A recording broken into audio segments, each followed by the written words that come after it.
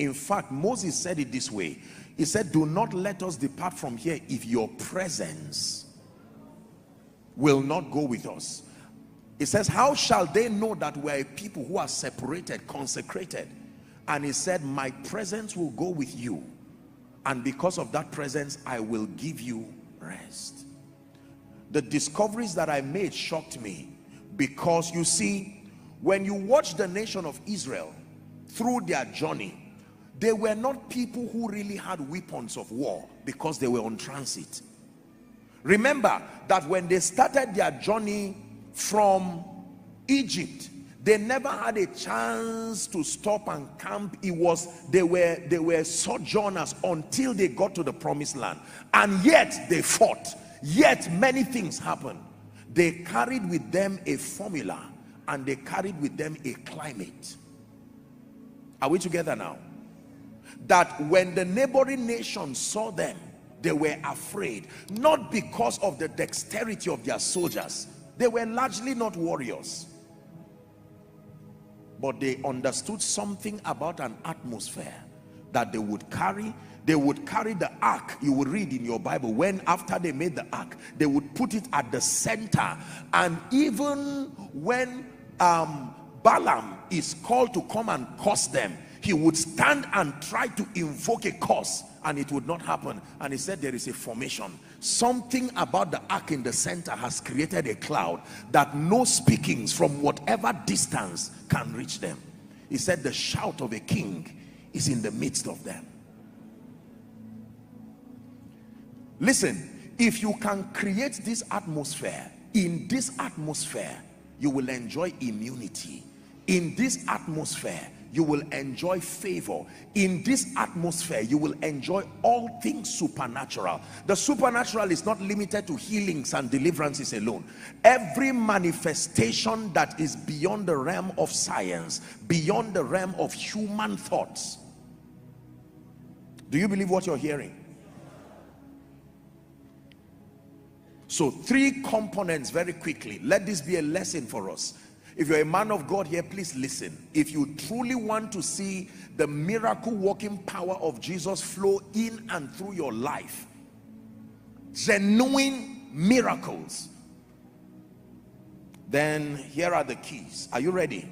Component number 1, if you want to create that atmosphere that makes for the supernatural, that makes for the miraculous, component number 1, genuine passion and a heart of total surrender.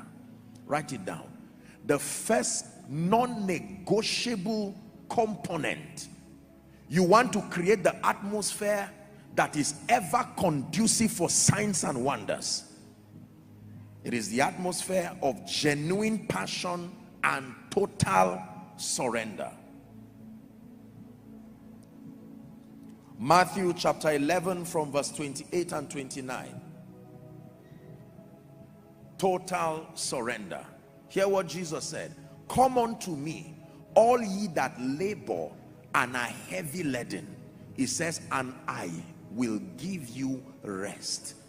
I will give you rest if you come unto me. Notice, he didn't say follow me yet. He said, come unto me. It takes a lot to come unto him. To come unto him means that you realize you are inadequate.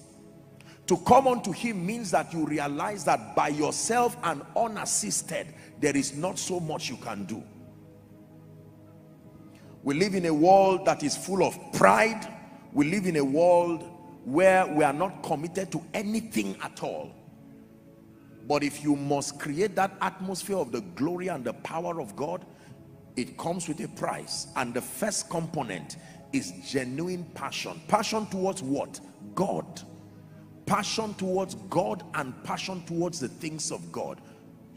God is not a herbalist. God is not a magician. God does not play games with people. If you come to him, there must be a determination within your heart. The psalmist said, oh Lord, you are my God. Early will I seek you. My heart longs for you. Give it to us, Psalm 63.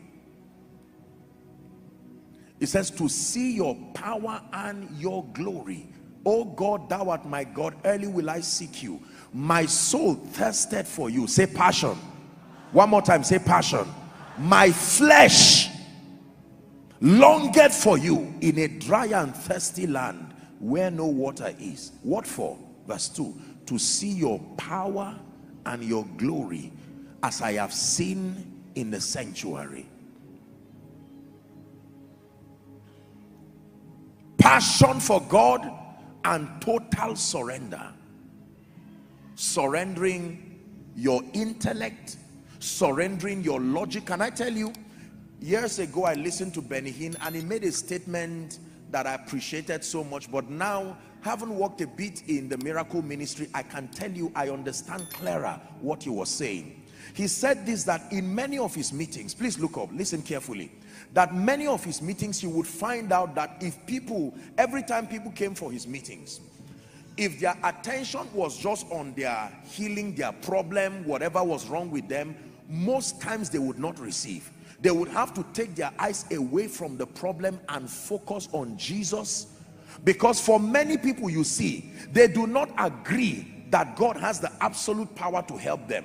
So they just feel, God, I don't want you to come into every aspect. I've managed this one. I just want you to touch this and that. And God says, you are either ready to get out of the way and allow me step in, or you finish fighting and exhaust your pride.